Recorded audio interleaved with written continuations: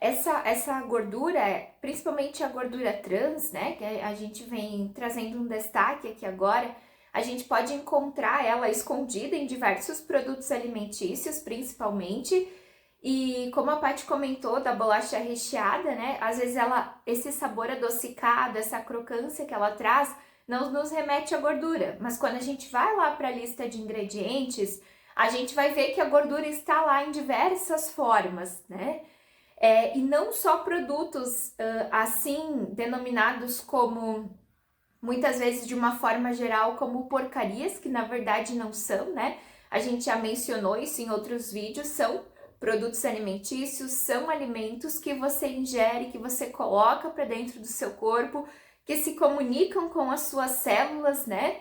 Então, a gente vê assim como interessante não pensá-los na forma de porcaria, porque senão você está permitindo que porcarias se acoplem às suas células, né? Mas são alimentos bastante inadequados nutricionalmente. Então, por isso que o consumo deles, quando a gente fala que deve ser esporádico, de vez em quando, a cada 15 dias, né? Enfim, dentro da rotina de cada um tem que analisar como é que eles entram, é porque eles não têm uma contribuição nutricional. E às vezes, não tendo essa contribuição nutricional, eles muitas vezes podem prejudicar o funcionamento do organismo, temporariamente ou a longo prazo. Então, por exemplo, quando a gente destaca sobre a gordura trans, ela é um tipo de gordura que não tem nenhuma função vital para o nosso corpo. Pelo contrário, ela atrapalha ciclos metabólicos lá no nosso fígado, lá nas nossas veias, artérias, lá no tecido adiposo. Então, quando a gente faz um consumo excessivo dela, a gente está permitindo que ela entre nesses lugares do nosso corpo e a gente está permitindo que ela interfira nesse metabolismo, que vai interferir na nossa qualidade de vida inicialmente e posteriormente pode trazer alguma doença, principalmente doença crônica. Mas às vezes a gente não percebe isso, principalmente pela palatabilidade que ela traz, né? E a função dessa gordura, principalmente a trans, não é só essa de palatabilidade, é tempo de prateleira também. Ela consegue conservar o alimento por muito mais tempo. Dificilmente você vai ver, por exemplo, uma bolacha recheada mofada, uma bolacha recheada que foi bichinho nela, né, que estragou. E se você olhar o tempo de validade dela, ele é grande comparado com outros alimentos, né? Às vezes 8 meses, 1 ano, né? Depende muito da bolacha. Então, tudo isso vai refletir na forma como esse nutriente vai se comunicar com o seu corpo. Porém, produtos alimentícios vendidos como saudáveis, né? Principalmente com propaganda na embalagem, que parecem ser saudáveis no mercado, também podem ser bem carregados de gordura trans. Então, às vezes a gente pega alguns tipos de bolachas integrais, né? Alguns tipos de macarrão, alguns tipos de massas, de biscoitos, e a gente tem lá, né, alguns destaques para adição de vitaminas, para fibras, né? Mas a gente também tem lá uma quantidade considerável de gordura trans. Então é importante aos pouquinhos a gente desenvolvendo esses critérios de escolha na hora de fazer essa compra ou principalmente na hora de permitir que isso se comunique com o corpo de vocês, com as células de vocês. E ao mesmo tempo, é importante a gente pensar também que existem muitas falas assim, mas eu só como comida da roça, eu só como coisa do campo, né? Eu só como coisa feita em casa, os animais, né? O meu pai mata porco em casa, a gente come isso. Sim, pode ter menos contaminantes, pode ter uma quantidade menor de resíduos, pode não ter um aditivo, mas a gente tem que analisar a quantidade disso e que tipo de gordura é. Quando a gente pensa no porco, a gente tem a banha, a gente tem o torresmo e a gente tem formas de preparo, né? O torresmo principalmente frito, a fritura já é um processo que leva a gordura a ficar na forma de gordura trans. E aí, às vezes, se come aquilo pensando que é saudável, porque é de casa, porque foi criado em casa, foi feito em casa, Mas é importante analisar que a quantidade também vai refletir no seu corpo e na forma como aquilo vai se comunicar com as suas células e como aquilo vai se manifestar no seu corpo. Então, são algumas coisas importantes da gente pensar para sempre trazer para aquele ponto que a gente vem falando desde os primeiros vídeos: equilíbrio, né? Nem de mais, nem de menos. Eu preciso conhecer e perceber o meu corpo. Muitas vezes preciso de auxílio profissional para isso, sim, para que eu possa saber qual é o ponto de equilíbrio dele, do que ele precisa, de quanto ele precisa.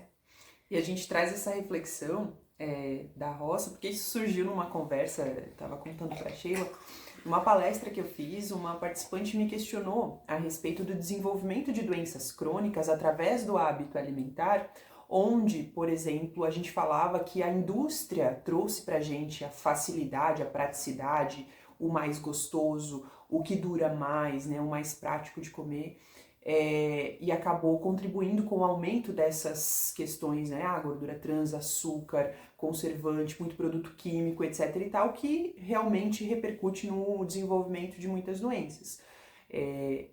E aí a gente pensa, bom, nossos pais, nossos avós vieram de uma outra geração, de uma outra era, de um outro momento do mundo, onde eles tinham pouquíssimo acesso a isso, não existiam esses produtos industrializados, e comiam sim, como a Sheila falou, aquilo que se plantava. Comiam muitos vegetais plantados em casa, mas comiam várias outras coisas produzidas lá no âmbito rural, né, da agricultura familiar, enfim. E como hoje a gente vê tantos idosos com doenças crônicas, né, se eles não tinham acesso a essa parte industrializada? Porque sim, de fato, eles comiam comida feita em casa, comida da roça, mas não se davam conta de que talvez a quantidade, o tipo de comida que eles comiam não era nada perto do adequado para a nutrição do corpo. Um exemplo é justamente isso, né? A gordura do porco matado lá na casa do meu pai e do meu avô. Né? A carne em si, o porco ou o boi mesmo, né?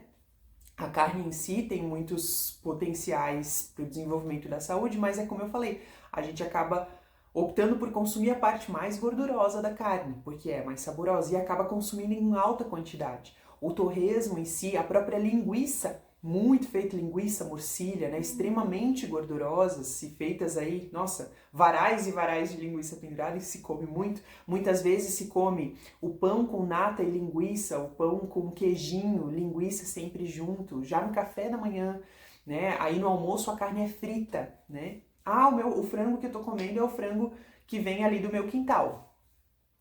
Mas, às vezes, a forma de preparar esse frango não contribui muito com a sua saúde. E de onde vem tudo isso, né? A gente acaba voltando lá no primeiro vídeo do canal, né? No primeiro, na verdade é o segundo vídeo do canal, depois das boas-vindas, mas é a nossa primeira reflexão que trata de como aprendemos a comer. Em nenhum momento eles tiveram essa informação, né, de como comer. Isso vai sendo passado de geração para geração e a gente vai repetindo padrões, vai repetindo costumes, vai repetindo tradições, muitas vezes sem nem perceber, sem nem se dar conta do impacto que aquilo tem, e simplesmente vai repercutindo aquilo e fazendo como meus pais faziam, como meus avós faziam, um vai passando para o outro e vai fazendo daquela maneira. Hoje, a gente já tem a possibilidade de mudar tudo isso, né? A gente tem informação na palma da mão, a gente tem a capacidade de conectar essas informações e olhar para a gente, entender qual é a nossa responsabilidade nesses processos, e é isso que a gente quer aqui. Então, pensar a alimentação é algo muito importante. Vejam bem, olha tudo que a gente trouxe aqui nesse vídeo hoje. Funções importantíssimas das gorduras, dos lipídios na nossa saúde. Importantíssimos. Não há vida sem gordura. Lembrem disso, né? O nosso corpo precisa todos os dias, mas precisa numa quantidade bem menor do que o carboidrato, por exemplo, que a gente falou no vídeo anterior, né? O que eu preciso consumir de carboidrato num dia é muito maior do que o que eu preciso consumir de gordura em um dia. O meu corpo precisa, mas precisa em quantidade menor e dos tipos adequados. Então, a vida real, o dia a dia acontecendo, nem sempre vai nos permitir comprar um azeite de oliva, por exemplo, para regar a minha salada. Para muita gente isso é acessível, para muita gente não.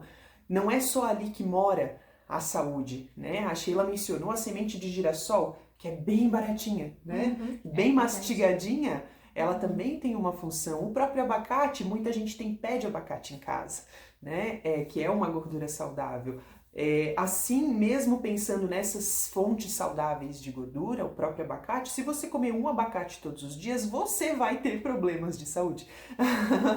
Isso vai impactar no seu metabolismo, isso vai te gerar problemas de saúde. Por quê? Porque é muita gordura. Então, mesmo as fontes saudáveis precisam ser consumidas em menor quantidade. Então, quando a gente começa a entender esse mundo de nutrir o corpo, a gente vai tendo uma noção. Você não precisa atingir o 0,6 de gordura, gramas de gordura por quilo de peso corporal todos os dias, né? Que seria o recomendado, digamos assim. Não é isso, não se trata disso. Se trata de ter noção, de conhecer o seu corpo, de conhecer os alimentos, de entender de onde vêm essas fontes e do quanto de fato eu preciso consumir. Algumas pessoas funcionam bem com um pouquinho mais, outras têm um fígado mais sensível, por exemplo, vão acabar sentindo mais com pequenos excessos de gordura. Isso é se conhecer, isso é entender o próprio corpo. Nada funciona igual para todo mundo, cada pessoa é diferente.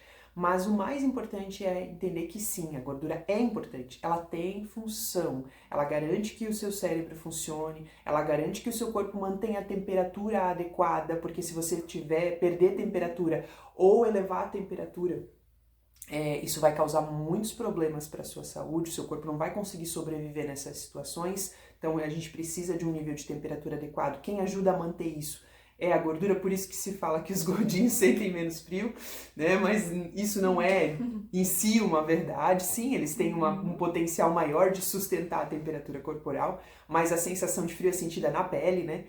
Não é sentida na camada de gordura, ela preserva a nossa temperatura corporal.